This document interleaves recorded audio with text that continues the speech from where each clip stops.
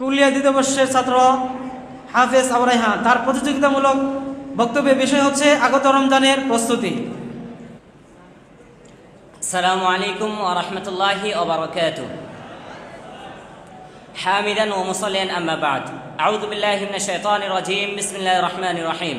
ইয়া আইয়ুহাল্লাযীনা আমানু কুতিবা আলাইকুমুস সিয়ামু কামা কুতিবা আলাল লাযীনা মিন ক্বাবলিকুম লাআল্লাকুম তাত্তাকুন।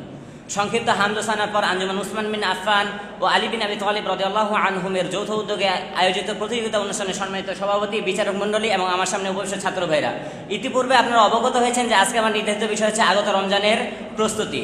প্রিয় উপস্থিতি, সুরের কলতানে মাতোয়ারা মন মহান প্রভুর শানে, আসমানি কিরণে উদ্ভাসিত হয় দিলের জমিন, অবারিত ধারায় প্রবাহিত হয় রহমের বৃষ্টিধারা, ঝর্ণার ফোয়ারার মতো আগমন ঘটে হয়ে সেরা মাস রমজানের। তাই তো নবী করিম সাল্লাল্লাহু আলাইহি ওয়াসাল্লাম রজবের শুরু থেকেই সকল কর্মব্যস্ততা কমিয়ে ইবাদত বন্দেগীতে মশগুল হতেন এবং প্রিয় মাস রমজানের জন্য প্রহর গুনতেন। প্রিয় উপস্থিতি, আসুন আমরা জেনে নেই আগত রমজানের প্রস্তুতি সম্পর্কে। প্রিয় উপস্থিতি, প্রথমে আমাদেরকে আল্লাহর নিকট একনিষ্ঠভাবে তওবা করতে হবে। কেন রাসূল সাল্লাল্লাহু আলাইহি ওয়াসাল্লাম প্রতিনিয়ত 100 বার আল্লাহর নিকট তওবা করতেন।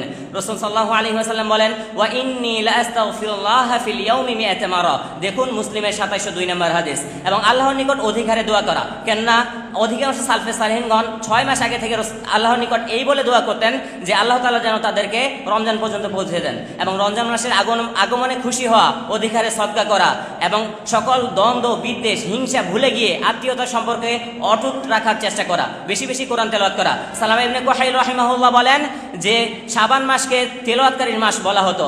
এমনকি আমর ইবনে কায়েস রাহিমাহুল্লাহ তিনি কোরআন তেলাওয়াতের জন্য তার দোকানকে বন্ধ রাখতেন।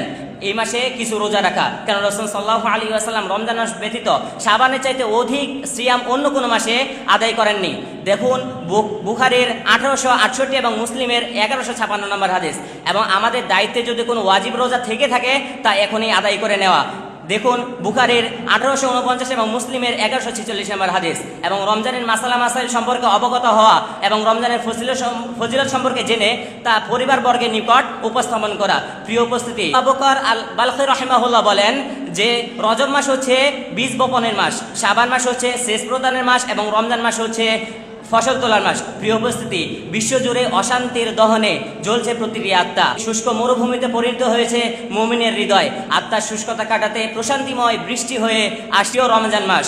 প্রিয় উপস্থিতি, আমরা সবাই জানি যে রমজান মাস হচ্ছে আত্মপরিশুদ্ধি, আল্লাহর নৈকট্য লাভ এবং সকল প্রকার উত্তম গুণাবলী অর্জনের মাস। প্রিয় উপস্থিতি, আমরা জানি যে প্রতিটি গুরুত্বপূর্ণ কাজের পূর্বে প্রস্তুতি গ্রহণ করা অত্যন্ত জরুরি। আর ইবাদতের পূর্বে প্রস্তুতি গ্রহণ করা নবী করিম সাল্লাল্লাহু আলাইহি ওয়াসাল্লামের সুন্নাত। রজব শেষে শাবান আমাদের দরজায় কোরআন এনেছে, 1 সপ্তাহ পর রমজানও আমাদের দরজায় কোরআন আনবে। আমাদের উচিত সকল কর্মব্যস্ততা কমিয়ে আল্লাহর ইবাদতে মশগুল হওয়া এবং রমজানের যথাযথ প্রস্তুতি নেওয়া। আল্লাহ তাআলা আমাদেরকে তৌফিক দান করুন।